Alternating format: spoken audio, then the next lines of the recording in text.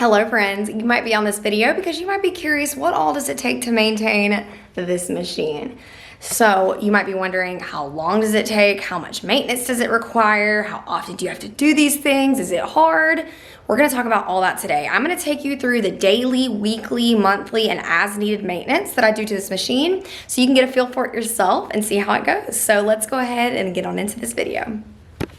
So this is the laser that I have. It is the Thunder Nova CO2 laser, and I have the 130 watt machine, and it is the Nova 51. So just know, whatever size machine you have, the maintenance is pretty much the same all around. So you can utilize this video in some way, shape, or form, or maybe you're just watching this just to see how the maintenance is on a machine like this. Maybe you have a smaller laser, and you're just trying to get an idea of, hey, is it hard to deal with a big laser? Is it a lot of maintenance?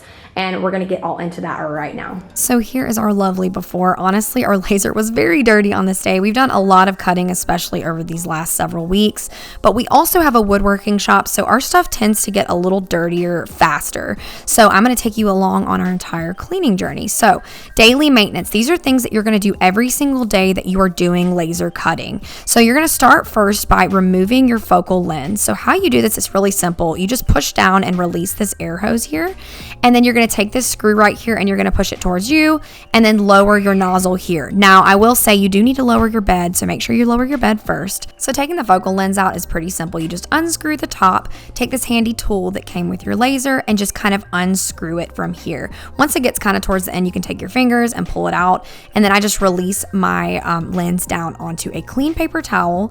Make sure you don't touch the top and bottom of this lens with your fingertips. So if you want to wear gloves, that's fine, but if you think you can be careful without, that's great too. But I take a Q-tip and spray the solution that came with your laser as well. I'm pretty sure it's mainly rubbing alcohol, so you can use that as well. But I just spray a little bit and kind of buff the front, top, bottoms of the lens until it looks really clean and you can kind of look at it in the light and see. So next you're going to want to put that back in, and I'm showing you here a diagram of how you put it back inside, but it's pretty simple as well. And then I take the head and I clean it really well because sometimes it can get kind of gunked up if you're doing a lot of engraving and cutting. And then I'm going to put my lens back inside. Just make sure you put it in correctly, and then put that little piece back in, screw it back down.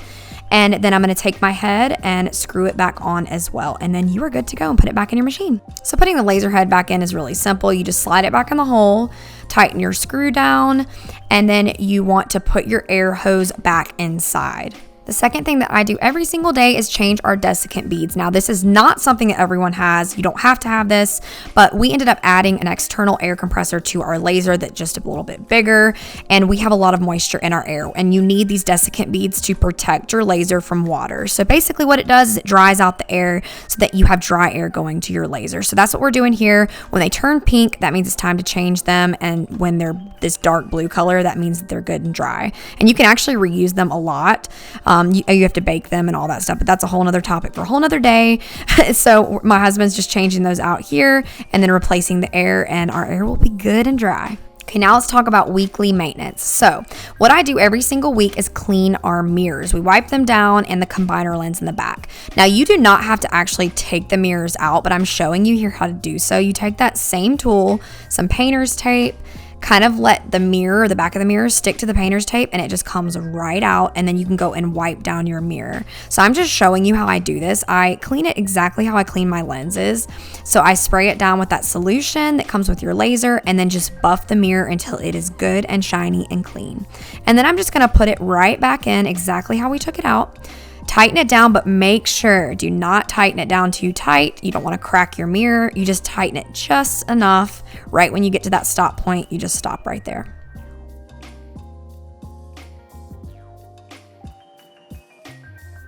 So now we're going to go over here to the left-hand side of our machine and open this access door, and we are going to see our second mirror. So there's 3 in total.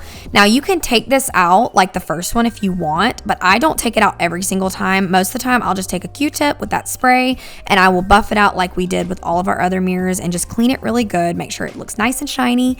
And then you're going to go to the very back of your machine, open up that door, and you're going to clean that third mirror right here. And then you also have a combiner lens over here, so you're going to clean that one good as well.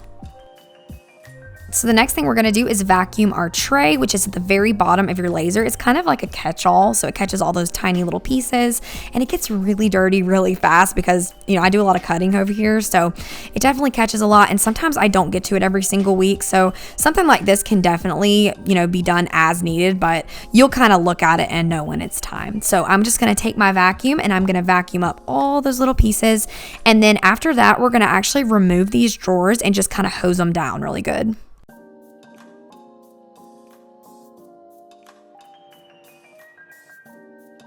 Just look at all that stuff coming off. It's definitely really satisfying watching this every single time. So while the drawers are out there drying, I'll take my vacuum and just kind of clean the whole bottom and inside of the laser out. I'll just take that vacuum and just go around the whole thing and get all those little wood pieces that might have missed and fell out. And then I'll go to this little vent in the very back and I will vacuum it out. It gets really gross and all this buildup. So it's definitely important to kind of keep that vacuumed out. Next, I'll just take some Windex or something and I'll wipe down the whole exterior of the laser and just get it nice and shiny and clean.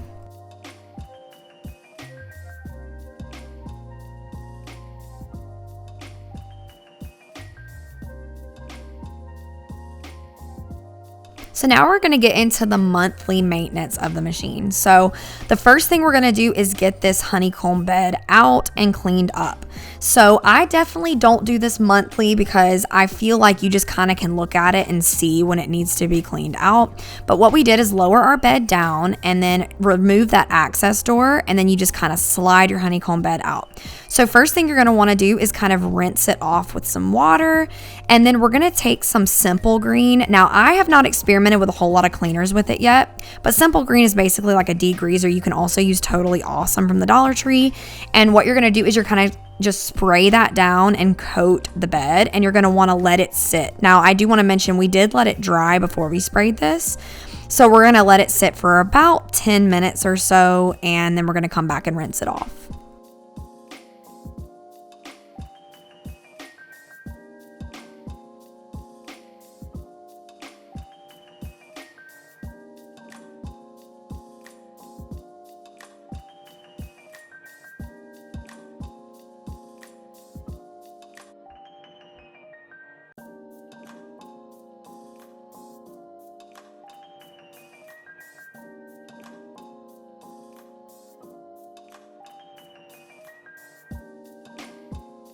So while the honeycomb bed's out there drying, we're gonna vacuum our exhaust fan and water chiller filter. So we're just gonna open that up, and you're gonna see in a minute how dirty these things get pretty fast because of all the cutting and all the dust. So this is what it looked like before. So how we clean it is vacuum out kind of the rim just to kind of get some of that extra soot that comes out. Take the air compressor, and then we're gonna blow off all of the parts and pieces.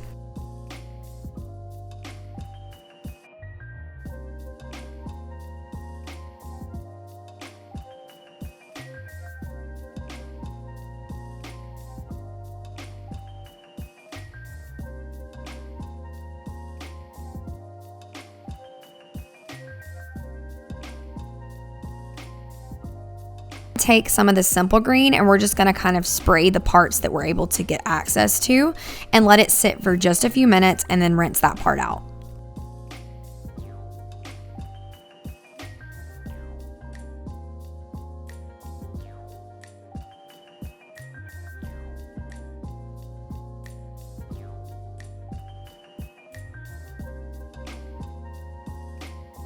So here, as you see, I'm just kind of taking my wipe and I'm cleaning off the fan and the parts that I can reach and get to, and just wipe it down best I can.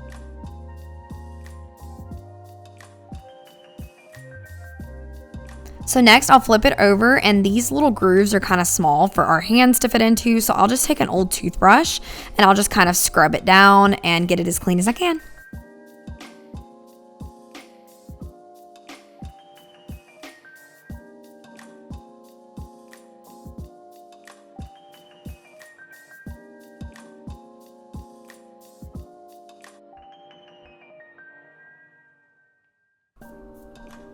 So here is the fan, all clean and shiny. So I did not mention it or show it in this video, but I do want to say, if applicable, you're also going to want to change your distilled water in your water chiller. But just refer to the user's manual and a link that I have down below to kind of explain all that, to get more information on that. Now we're going to clean the water chiller filter. It's just on the side of the water chiller. You take it out and then just blow it out with your air compressor. So the machine has these little fans all around the laser, so we'll usually take our air compressor on a light level and just blow them out a little bit. So now we're going to check our mirror alignment. So you're going to take your piece of tape and put it over the mirror on the back of your laser. You're going to take your fingernail and kind of make an indentation around this mirror so you know exactly where to put it on your second mirror. So over here, you're just going to go to the menu button and change the min and max power to 10. We do have a 130 watt machine though, so you might have to have a little bit of a higher number. And then when we're ready, we're going to hit pulse. So this is what the dot looks like after the first pulse. So now we're going to go put the tape on the exact same spot in the second mirror on the side of the machine and then pulse and see if it's in the same spot. All right, so it's kind of hard to see, but I have my tape on the second mirror and I have it in the exact same spot. Since I used my fingernail to kind of make the circle indent, I know the exact spot that it needs to be. So now we're gonna go ahead and close this up and hit pulse again. So as you see, the dot is in the exact same spot. If it was all the way on the top or on the way on the side, then you'd have to go and adjust the screws. So if our dot was not in the center, let's say it was on the top or the side or just anywhere not aligned, your cuts are gonna be messed up. So you're gonna have to take these knobs and just kind of adjust them and play around with them a little bit until you get that dot in the center. So you will have to keep trying over and over again. Luckily, our machine has never been misaligned, so we haven't had to do it yet. But since this one's okay, we don't need to move to the third. But if our machine was having issues, we would test it. But right now it's stating that it's aligned, so we're good to go. So now we're going to wipe down and clean and add lubricant oil to all the rails and screws. And as you see here, my husband's just taking a paper towel and just wiping all that dirt and debris off of all the rails and the screws.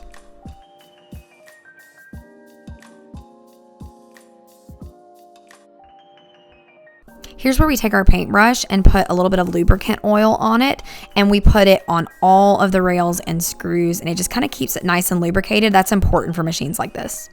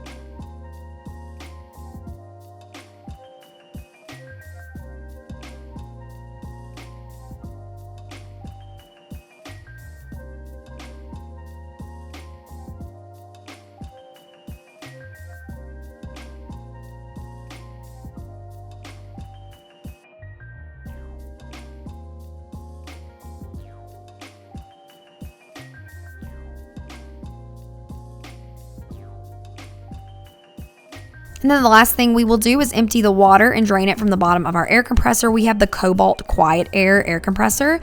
And so like I said, it's as needed whenever you think that you need to release it. We have a lot of moisture, so we have to do ours quite often. And here is the after of our machine. It looks shiny and good as new. Now the honeycomb bed, of course, it still has some of the black spots on it, but honestly guys, you're burning wood and materials and it's never gonna get absolutely perfect, but it is so much cleaner. So I hope that you guys enjoyed this maintenance video. I know I didn't go into extreme details on everything, but I just wanted to give you an overview of the maintenance on a machine like this. And it is not hard at all, you guys. It's just something you have to keep up with, and it honestly is so worth it because this machine is pretty awesome. So I hope that you guys enjoyed it. Thank you so much for watching, and I'll see y'all in the next one. Bye.